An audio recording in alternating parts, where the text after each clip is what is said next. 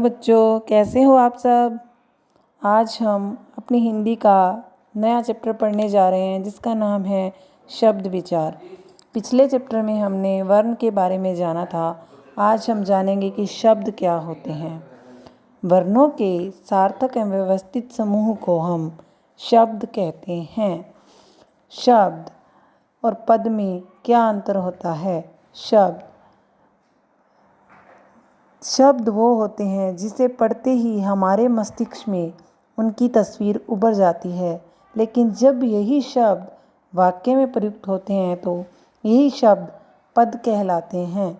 जब ये पद बन जाते हैं तो वर्णों का जो समूह है वह शब्द कहलाया और शब्दों से पद बने। पद और शब्द में मैंने आपको बताया कि क्या अंतर होता है। जब भी हम किसी शब्द के बारे में बोलते हैं तो उसकी एक तस्वीर हमारे मस्तिष्क में आ जाती है या उभर आती है, लेकिन यही शब्द जब वाक्य में प्रयुक्त होते हैं तो ये पद बन जाते हैं। शब्दों का वर्गीकरण। हमारी भाषा में असंख्य शब्द प्रयुक्त होते हैं, लेकिन समय परिवर्तन के साथ साथ इसमें नए नए शब्द जुड़ते रहते हैं।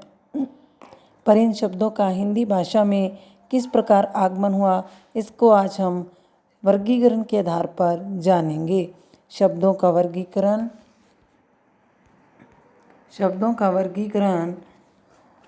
निम्नलिखित आधार पर किया जाता है। नंबर 1, उत्पत्ति के आधार पर शब्दों के भेद।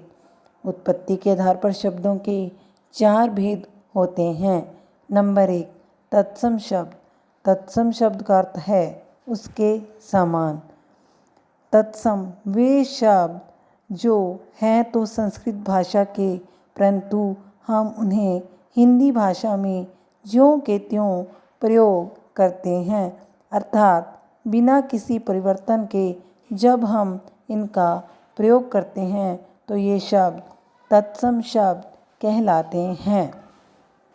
नंबर 2, तद्भव शब्द। तद्भव शब्द वो शब्द होते हैं जो संस्कृत के और प्राकृत अपभ्रंश पुरानी हिंदी आदि से परिवर्तित होकर हिंदी भाषा में आ गए हैं, वे तद्भव शब्द कहलाते हैं।